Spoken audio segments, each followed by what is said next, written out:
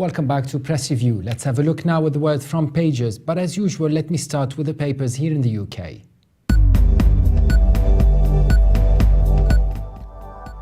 The Telegraph features a headline saying Ian Duncan Smith, the Work and Pensions Secretary, has pledged to stop what he calls Benefit Street Britain.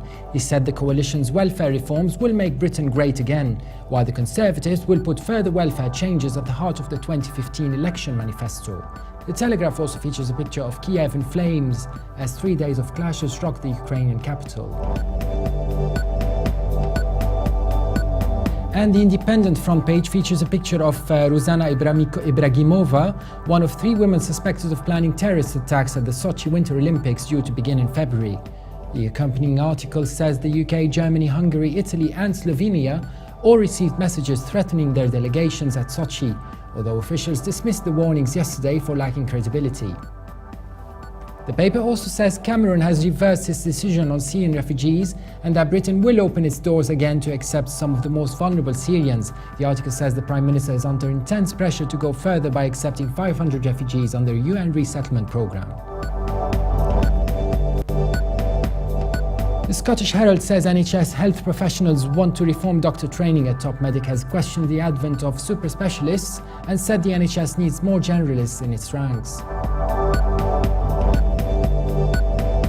And The Guardian also features a photo of protests in Kiev, a 3-hour meeting between President Yanukovych and the 3 main political opposition leaders ended without a deal, leaving the capital braced with intensified violence. Another article saying that there is growing reluctance in multicultural Britain to deploying UK troops on the ground. The article says that there is also concern that British troops have been seen taking action mainly in Muslim societies.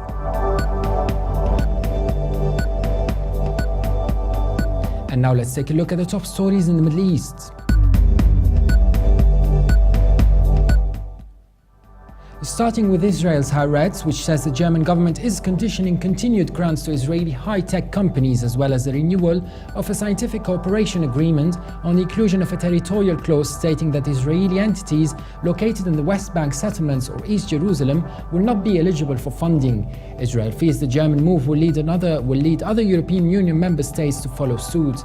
The article says the German decision represents a significant escalation in European measures against the settlements.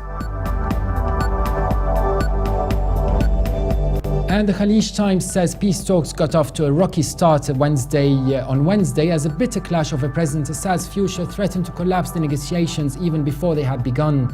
The article says just hours into the talks, the Swiss city of Montreux, the 2 sides seemed impossibly far apart, with the question of Assad's future dominating. And the Kuwait Times also reports on Geneva too, saying the biggest push yet to end Syria's bloodshed was marked by fiery exchanges Wednesday as the warring sides and global powers clashed over President Bashar al-Assad's fate. The article says branding the opposition traitors and foreign agents, Syrian officials insisted Assad will not give up power, while the opposition said he must step down and face trial. And finally, from the Middle East, the Sia Times says Geneva II was launched in an odd way. The author said that if it seemed as though the UN Secretary General was himself siding against the Syrian Arab Republic, the article added that Mr. Kerry's discourse was meaningless and that Kerry wasn't a sponsor but part of the crisis, if not the main troublemaker and disturber in the meeting. And now let's take a look at the top headlines from international papers. Starting with China's Global Times, which features a photo of a Ukrainian priest passing a line of riot police in central Kiev on Wednesday. The paper also says China was in focus at Davos on Wednesday as China's growth and reforms have been listed as major topics at the World Economic Forum. The LA Times features an article about gay jurors saying sexual orientation is not a reason to remove anyone from a federal jury. The paper also reports on the Sundance Film Festival, which began on January the 16th, saying buyers had flocked to the festival to look for the next big hit in the movie world.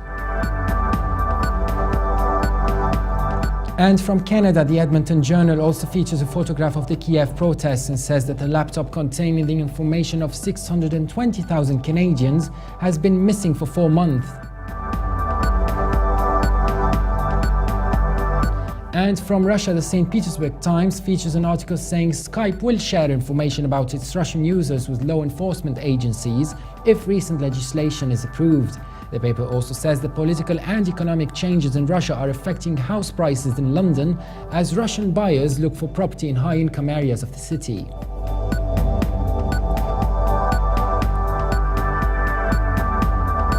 And for more updates, visit us on levant.tv. That was it for today. We'll see you tomorrow for another press review.